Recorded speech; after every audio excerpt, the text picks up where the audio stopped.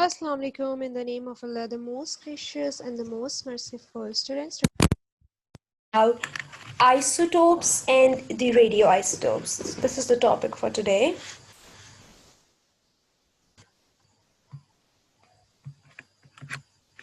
Isotopes are different form of an element. They have the same proton number. They have the same electron number, but they have the different neutron number. So if they have different neutron number, it means they have different atomic mass. Let's recall this, that atomic number is equal to the number of proton and atomic mass is equal to number of proton plus neutron. If neutron is different, it means atomic mass would ultimately be different.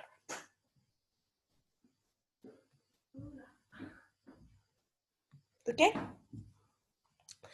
And if they have different mass number, it means they have different characteristics, and different characteristics make their different uses. Some isotopes are found in nature and some are man-made. We make some isotopes for our own benefits, for example, to run power plants and to run industry and for chemotherapy, etc., etc. For example, we have three isotopes of hydrogen here. Number one is protium because it has one proton. You can see that here. Number two is deuterium. It has one proton and one neutron, making mass number 2. This one has 2 neutron and 1 proton. You see all of them has same proton number 1, 1, 1. All of them have same electron number 1, 1, 1. The only difference is there is in the number of neutron. You see that? Now what is a radioisotope? Are radioactive isotopes or radioisotopes natural or artificially created isotopes of a chemical element? They are the isotopes that are able to produce radiation. Now there are different types of radiation. Sometimes they are alpha, sometimes they are beta, sometimes they are gamma. But the thing is, they all are unstable. They will keep radiating until the decays. And as the time passes, they become less radioactive over time. They become less dangerous over time, eventually becoming stable. So because they are giving us radiation, so scientists thought that if they are giving radiation, so we can use them in different places. So there are the following uses: atomic energy, medical uses, industrial uses. You see that atomic energy, now you can see the uranium here. That is the one element that we use in atom bombs.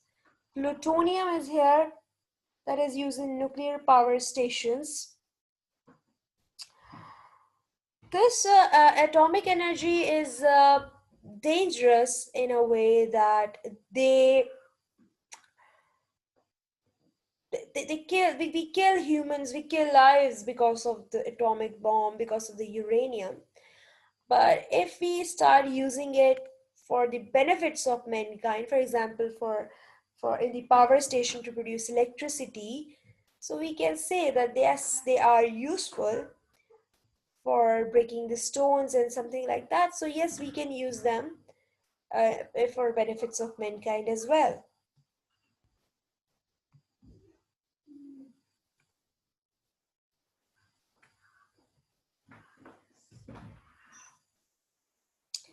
Medically, there are many uses for the radioactive isotopes. For example, cobalt-60 is used to prevent cancer. We use these radiation to prevent the cancer. Iodine-131 is used to locate brain tumor, monitor cardiac, liver and thyroid activity. Carbon-14 study metabolism changes for patient with diabetes, gout and anemia. Carbon-11, and you can see all of these uses. For example, a tiny amount of radioisotopes, if you are trying to trace something, no? For example, if you're trying to trace something, what is happening in my body, so you're detecting something, for example, here, or you're tracing something, for example, here. So what is going to happen, the amount of radioisotopes can be injected into or swallowed by a patient. The path the isotope takes inside the body can be traced on a computer screen. So the activity of the organ can be studied in this way. Certain strong isotopes can be used to destroy cancer cell inside the body without the use of surgery, and this process is known as radiotherapy. You have heard about that, radiotherapy for the cancer patients. Yes, it's very useful. And because they are very high in heat, we can sterilize it. Now, what is a sterilization? Sterilization is a process by which we can kill germs by um, by uh, encountering them with the heat, because heat kills germs. So if we keep something in front of the radiation, because radiation are very heated things, so they will kill the germs as well. So this is how we can sterilize our objects, medical instruments. They can be used again and again if we sterilize them again and again. So yes, they are used for sterilization as well. um, they are also used as a pacemaker that keep regular electric shock to the heart to keep it beating. Industrial use is to trace material. Radio isotopes are often used in industry. Gamma rays, one kind of nuclear radiation, can penetrate metals easily. No? So they can be used to check for leaks in pipe, because it is radiation. We can easily detect that there is radiation coming out from this leakage or from this place. So we will ultimately say that this place has leakage in it or some cracks in it. So, since thick sheet of material allow less radioactivity to pass through than thinner sheet, they can be used to check and control the thickness of material as well. Agricultural use, phosphorus 32 is used to trace element through a plant. I hope you understand the uses of radioisotopes and water isotopes. Until then, take care. Allah Hafiz.